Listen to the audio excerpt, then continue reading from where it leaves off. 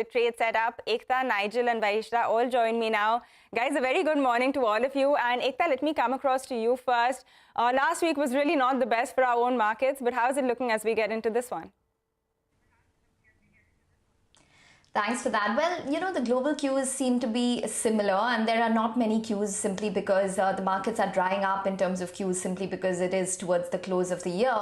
The markets for last week closed lower for the second consecutive week. In fact, the markets were at 1 month lows. The decline was in line with what we've seen with global markets. The street is fearing global recessions, aggressive rate hikes from the Fed as well as other central banks. Now, FII's net sold as well on Friday's trading session. DII's net bought quite significantly, but nonetheless, it was a net sell figure which came in from the institutions. Central bank tightening, we had the US Fed which raised rates by 50 basis points, Bank of England as well as the ECB. All of this took place last week. So it seems as though inflation, global recession fears is the large cue that the street is working with. Expect a largely quiet week on account of the holiday season. The street is possibly watching for maybe a Santa Claus rally. So let's see whether that comes through. US closed lower on Friday. We had the global composite PMI flash data as well, which was lower on a month-on-month basis. So do watch out for that. Asia largely mixed, SGX indicating that maybe there could be some amount of a positive start. So let's see whether that sustains. And crude oil, that's working in our favor, below $80. Fears of a global slowdown is weighing on that one as well. It would be a net positive for the macros of the Indian economy.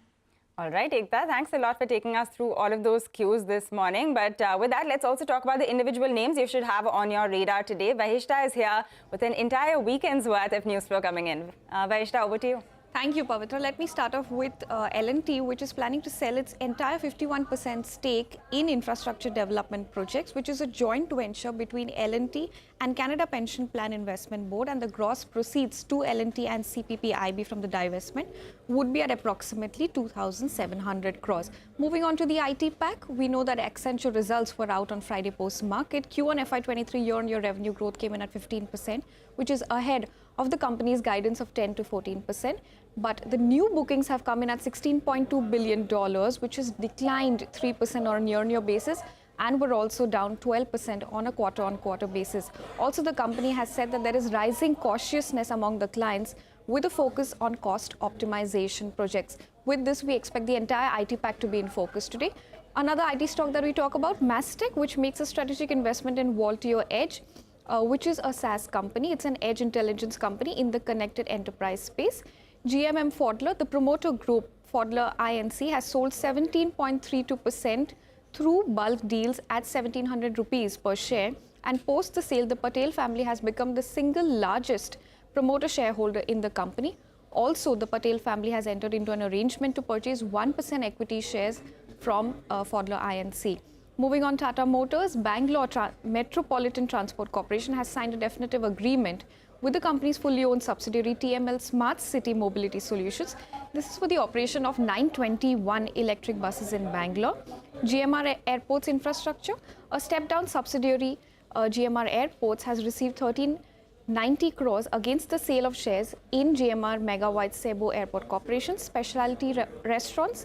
A board meeting will be held to consider the raising of funds on the 21st of December, and the last stock is Phoenix Mills, which will be acquiring 7.22-acre land parcel in Surat to develop premium retail destination for approximately 500 crores. Back to you. All right, Vahishta, that is a long list. So thank you for bringing up to speed with all of that action. But let's also talk about the futures and options space. And Nigel is standing by with all of the cues. Hi, Nigel. Well, morning. On Friday morning, the call was to be a little bit cautious on the Nifty, and it played out perfectly because all the rallies got sold into in Friday's session. If you look at the intraday chart, well, the Nifty ended at the low point of the day. The Nifty Bank, though, was a relative outperformer. That ended closer to around the 20 DMA out mark. There was, no big shorting, actually. There was more unwinding of long positions that we saw in Friday's trading session. So we did see that on the Nifty and the Nifty Bank, there was shedding of open interest, and both of them ended low. And that perfectly ties in with what the FIs did. They lightened their position both on the long as well as on the short side. In fact, on the short side, they covered some of their short positioning, close to around 5,000 contracts odd were closed out, though they continue to remain net long, marginally so though. 55-56% of their positions now are on the long side. On the index option side, well, there's no big direction coming out there because they were active both on the call and the put side, on the buying as well as on the writing side. The problem is they continue to write calls very aggressively. telling you that higher levels will see some supply. And in Friday's trading session, the 18,400 call and the 18,300 call, you put both of them together, they added close to around a crore shares odd. And it gives you the resistance zone of around 18,400 to around 18,450. On the downside, the 18,000 put that opened up, and it appears there was some, cushion buying out there in case things go wrong. Well, they'll make some money on that side. So what are the levels you're looking at? The SGX Nifty is suggesting a gap up. My guess is that you shouldn't be chasing this gap up. You'd rather wait for an intraday dip and look to buy somewhere closer to around the 50 DMA, maybe with a stop loss at around 18,050. But a fresh breakout on the Nifty will come only once we get past the 20 DMA. That's at around 18,530. On the Nifty Bank, well, there was a writing that we saw in Friday's trading session. It ended close to around the 20 DMA. So in case, let's see whether or not that can play a good innings, so to call it, and support the Nifty. That's going to be the key. SGX Nifty suggests a 50-point gap up. I'll tell you what, the bulls would have preferred a 50-point gap down. But let's see how this goes. Back to you. All right, let's see how the trading session pans out. Nigel, Ekta, Vahishta, thank you very much for joining us and taking us through the trade setup this morning. We are going to get into a short break now.